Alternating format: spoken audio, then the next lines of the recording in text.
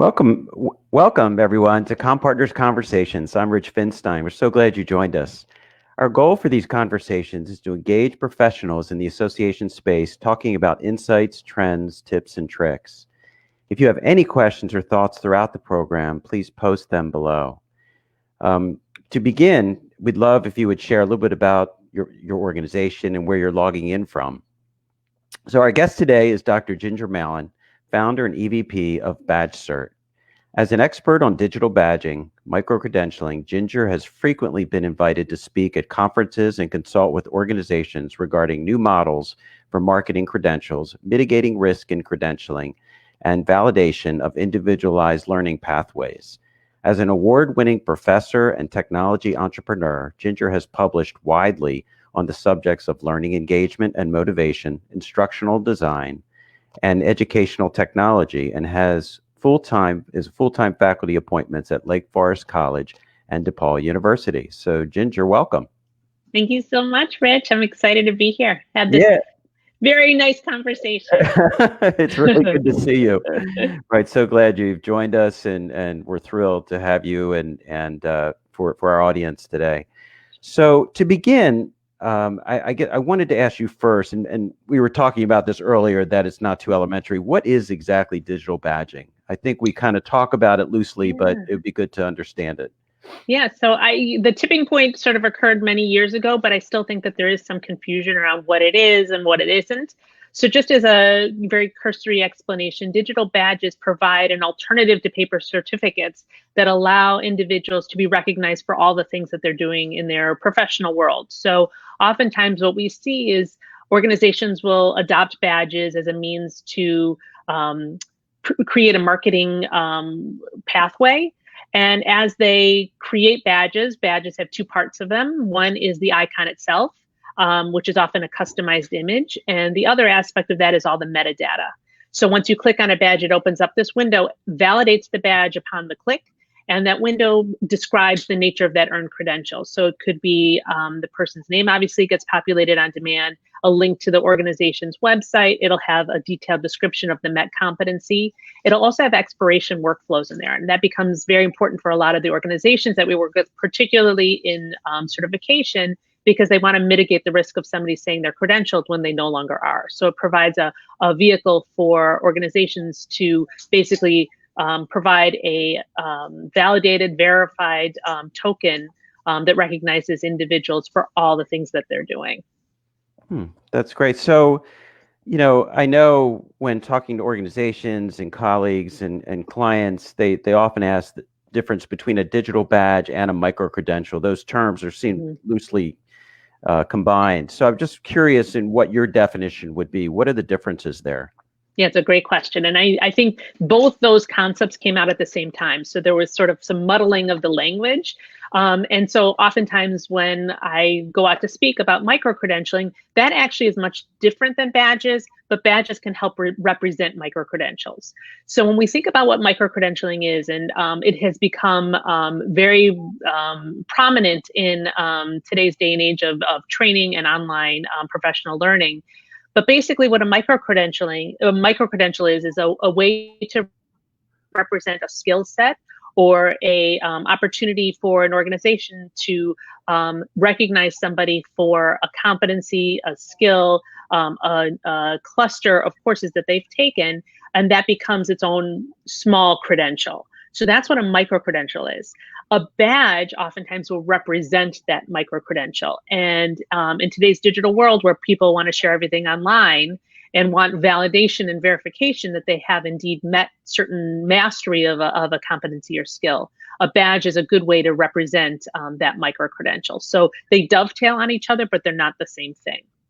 Yeah, no, that is interesting. And from an online learning perspective, I know we're moving more towards competency, right? And having that validated, especially when we're looking for sort of incremental credentials. Absolutely. To support. Yeah. So maybe you can share a little bit about why this is so important right now to the people viewing this conversation. Yeah. What's happening right now that it's become critically important? Yeah, there's a couple different things. So first thing is that organizations are looking for new ways of providing not only a revenue stream for their organization, but provide new ways for recognizing all the stakeholders in their ecosystem. So one of the things that I think is really interesting is that many organizations want to have a pathway towards certification. So oftentimes, in the past, I'd say 20 years of credentialing, the only opportunity was really for somebody to have a certification, and that was sort of it. So now I think one of the trends is providing a pathway up to when somebody wants to get certified. So new people who are graduating from universities or entering a new industry can have opportunities to do some learning and be ready for that credential. So that pathway towards credentialing becomes an important aspect for recognition of skills that you're building on. So we call that sort of stackable credentials. And the other aspect that I think is really interesting is post-certification. So organizations are sort of come to us and they say, what's next? And we often say, well, what do you have after somebody has completed their credential? So again, a pathway towards mastery of a skill set or a competency beyond just the more generalized certification that somebody earns. So we see those two things as very important. The other thing that we're seeing as a trend, certainly in the credentialing space, is this opportunity for organizations to tap into their content knowledge. So they oftentimes have all sorts of different content that they've developed, be it webinars, be it having subject matter experts do some speaking. So tapping into that community of expertise within their own industry and providing and creating new coursework or new content to be able to have, again, that pathway towards mastery of a specific skill set. So as an example, you may have, let's as an example, a healthcare organization. They may have the certification that's fairly general, but then there's opportunities to provide specific knowledge sets of specific training around areas of expertise. So if somebody, let's say, is a echosonographer at a hospital, so they know how to take scans of people's hearts, they may have that general knowledge, but then they may want to specialize in something like neonatal, or they may want to specialize in something like geriatric support. So they have another opportunity to have their initial certification and then have certification plus. So we talk about micro-credentialing in a variety of different ways. One is more horizontal, where somebody can take courses as they need to and just sort of build on in a horizontal way of just their learning expertise and knowledge set. And then we have something that's more hierarchical. Again, that's that concept of stackable or leveled up.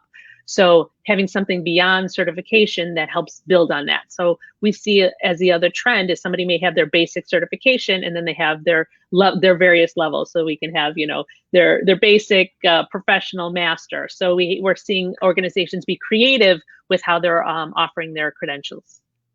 Yeah, no, that's really interesting and timely right now. We had a webinar about a week or two ago, and we talked about how to organize an LMS based on career aspirations or career pathways. So this sort of ties in nicely with the evolution of supporting those experiences and the evolution of people as they grow in their profession. So can you provide, is there an example maybe you could share of the impact this has had on an association from implementing digital badging? Yeah, so there's a couple different things. So I don't want to provide a name here, but as an example, we have one organization that I'm thinking about. Their goal was really, one is expiration workflow.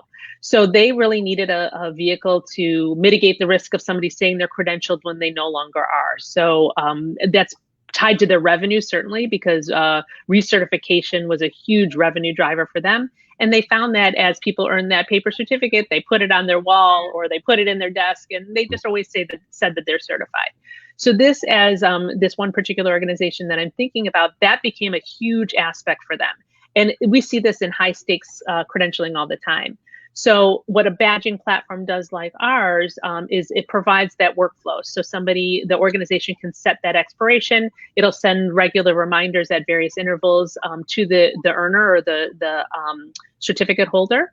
It'll send them those reminders, and then it will actually remove their badge from their portfolio. So we say, we don't want to cater to the naughty people, but oftentimes we have to. So withdrawing or revoking that credential when somebody has no longer maintained their certification becomes a very, very important aspect of that. So we see that.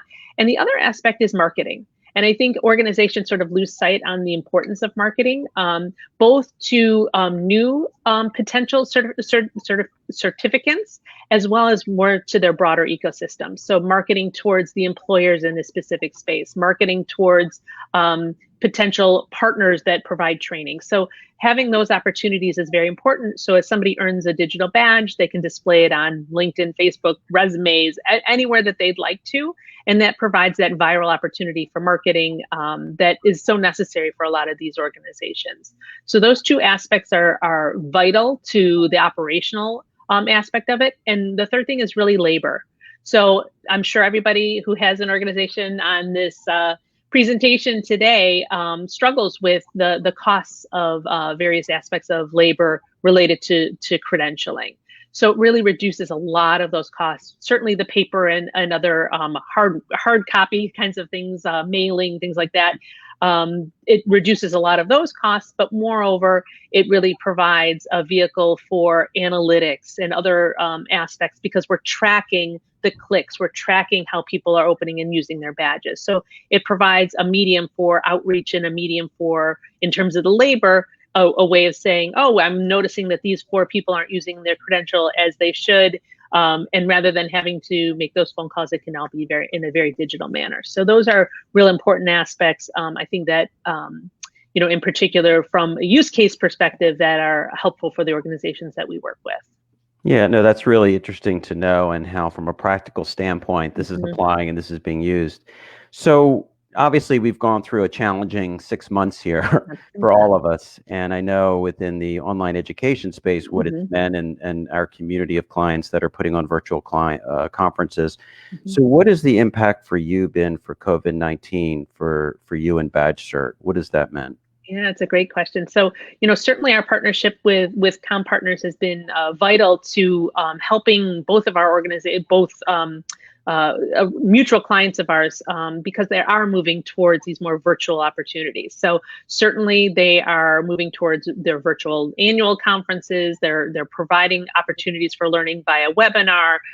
They're utilizing those learning management systems far more substantially, I'd say, in the last 6 months, because people are hungry and very accustomed these days of going online and doing learning and communicating with people in their industry.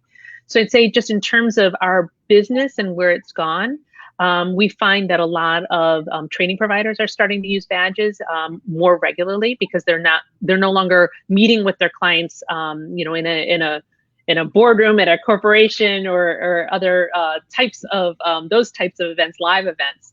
And so using digital badges as a medium to recognize various things that they're attending online became very important. So we're finding in our business a lot of smaller organizations, again, looking at those goals that I mentioned earlier on, a lot of those organizations are starting to take up those as important aspects of where they want to go. So digital badging really lends itself to providing recognition for all the things that people are doing online. Yeah, no, that's really interesting, and it's something that I think, initially people were taking these on-site events, and the first concern obviously was to move them to virtual, to digital conferences. And now what we're finding is that people are thinking more systemically and long-term about the impact this is all having for their LMS and their online education, as well as now aspects of this, like digital badging. So for those that manage online education, like many who would be joining this this conversation, what does it mean for them? Obviously, you're engaging organizations holistically, but specifically for education, and thinking about the LMS and our integration and our partnership. Yeah, so I would say that, again, trend that you and I had talked a little bit about is this opportunity for putting more content online. So utilizing the learning management system in a deeper, more profound way, I would say, because organizations now are starting to say, okay, we are using the learning management system in a more generalized way. We're putting some content on there. They're going through various modules, but now organizations are saying, okay, what else can we do? So a lot of times, I'm going to go back to this idea of micro credentials. They're now saying, okay, we can put more content online. People are again more accustomed to using that as their vehicle for professional development. So organizations are saying, okay, how can we create modules or create taxonomies or schemas such that they're able to couple courses together or couple modules together and rearrange things to make more sense and provide more opportunities for individuals to specialize and to develop expertise that's recognized as a competency. So what we're finding again in this partnership is educational providers can go on there and they, certainly Elevate has all this capability, but going on there and figuring out, okay, we have this more linear content. How can we provide ways for it to function in more of a hierarchical sense? So how can we stack some of these modules together to create new avenues for, again, competency skill recognition? Great. So as you think about it, then looking into the future, where is this all going for you and your organization and the whole in the field of digital badging? What is a great question? What's in store? Yeah, so I'd say there's a lot of different kinds of new feature sets that we're adding on. So that's sort of the incremental thing as organizations grow and they start to want new tools in their tool chest to provide opportunities for various types of departments and things like that to recognize certain subsets of groups. But one of the things that I think is really interesting in the broader scope of things is looking at technology like blockchain. So bringing in this opportunity to be recognized for broader types of certification, like a license, like a driver's license, or banking information and what have you. So creating a different concept or a different way of looking at certification in a more broad way. So not just certification from a professional standpoint, but all the types of things that you're doing in your broader life that you're getting recognized for. So we're finding ways of anonymizing information so that somebody can, as they earn a credential or earn any kind of certification, can promote themselves and anonymize some of the other aspects of their identity, because it may be that we have some gender bias, or we may have some other types of racial bias and things like that. So as our organization is growing internally, we're really looking at those opportunities to use new technologies to support the kinds of ways that individuals want to represent themselves. Yeah. No, the future seems really bright in this field, and it's exciting, everything that's going on. And we're thrilled with our partnership and working with you and your organization. Any final thoughts before we wrap up? Yeah, one other thing that I just wanted to mention, we talk a lot about higher ed in the certification space and where that's going. And now that many students are online, if not all, we're also finding that just individuals are more excited about certification than they ever were, because they look at certainly they're earning their degrees, but they also are saying, okay, what else can I do so that when I get out of getting a degree in a university, what else can I do? So I'm really excited about the future of certification, and we've always known how important it is, but I feel like it's even that much more important and more accepted and more understood in the broader work world, because I think work is changing. And in the organizations, as they're hiring, want to know, okay, not only has this person earned a degree, but what can they do? And so in our broader certification world, that's what I'm most excited about is we all knew this, but now I think the public is understanding that a lot better, and the need and the desire for certification and being recognized for competencies and skills is definitely the new norm.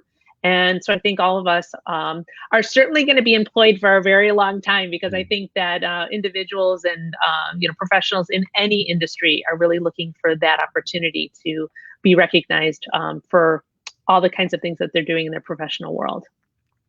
Yeah, I mean, I think the two, online education and what we're all thinking about and how we're using our LMS platforms and how they're evolving over the last 5 or 6 years to really supporting that career evolution, and as you say, competencies and stackable credentials are so important. So I think there is such a parallel and a synergy between those two. So we're excited to where this is all going. So absolutely. So with that, I wanted to thank you very much for taking Thank the you, time Rich. to speak with us today on our initial conversation. And we're going to be having these monthly, and we'd love to hear your thoughts about future topics that you would be interested in hearing about. So we're going to be, again, looking at about next month. We'll have the next conversation, and we'll be posting that shortly. So again, Ginger, thank you so much. Really appreciate it. And thank you all for joining us, and have a good day. Take care, everybody.